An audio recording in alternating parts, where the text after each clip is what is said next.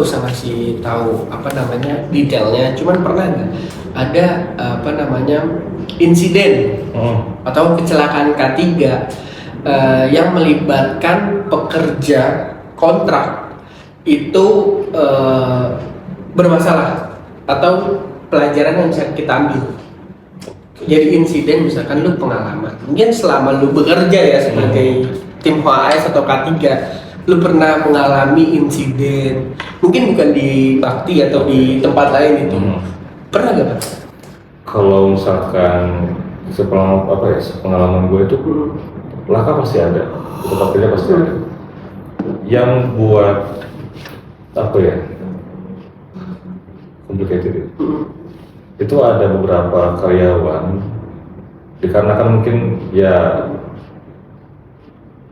yang gua tangkap sih mereka ya lalai gitu ya dalam kerja. Namun mereka tuh kayak menganggap itu nggak lalai karena mereka ya alasannya itu lah ya kelas itu kan nggak ada yang tahu gitu kan. Nah itu misalkan gue sebagai orang awam tentang K3 ya, atau tentang pokoknya tentang keselamatan kerja ya.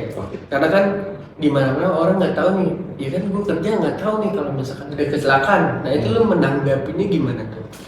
Menurut gue itu salah, karena secara pekerjaan juga kita harus ada preventif ya, pencegahan. Oke. Jadi sebelum kita bekerja, kalau misalkan kita bawa mobil gitu ya, baiknya kita mengecek dulu kendaraan itu kan. Untuk apa? Untuk mencegah terjadinya kecelakaan di jalan raya kayak gitu. Jadi ya sebelum kita bekerja atau misalkan kerja dalam ruangan pun bisa tuh, kayak misalkan di warehouse atau misalkan gudang gitu kan. Itu dalam ruangan. Dalam ruangan kan. Itu kita harus ada yang namanya JSA. JSA. Itu Job Safety Analyst. Jadi sebelum karyawan bekerja itu kita harus cek nih, apakah pekerjaan tersebut sudah aman dilaksanakan atau belum. Kita cek, ya kan?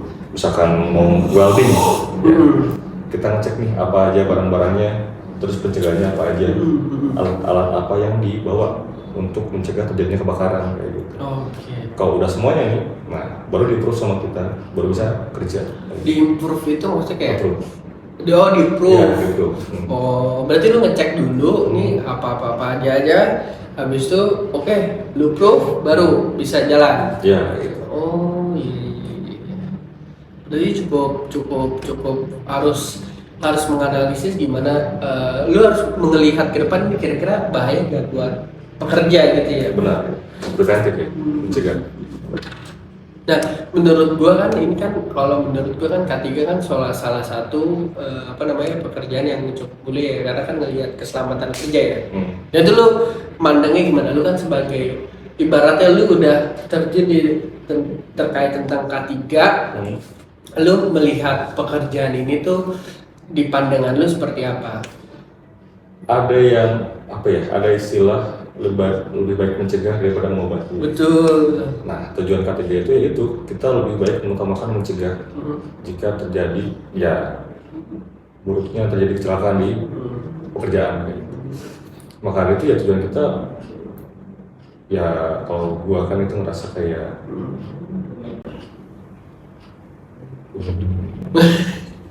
ngerasa kayak gimana? Lebih baik mencegah daripada mengobati. Itu kan udah pasti udah terkenal lah istilah di mana-mana kan. Nah, lu ngelihatnya tuh kayak gimana kalau sebagai K3 ini? Karena kan K3 itu menurut gue kan bertanggung jawab untuk keselamatan para pekerja, dan yang dimana tuh itu cukup resiko lah ya. Karena kan kalau misalkan di mana-mana kalau misalkan ada orang pekerjaan mau di pabrik manapun atau misalkan di gedung manapun yang misalkan lagi ada pembangunan nih, kok K3-nya dilihatin ada kecelakaan kerja, itu kan pasti dipanggilnya ini K3-nya di mana nih? Itu. Nah, itu lu ngeliatnya gimana? Lu sebagai pekerja di K3, lu melihat pekerjaan lu itu kayak gimana? Kita lihat dulu guys. Oke, kita rehat dulu karena apa? Sudah ada azan. Oke, sampai ketemu di Bakti Talk selanjutnya. Oke.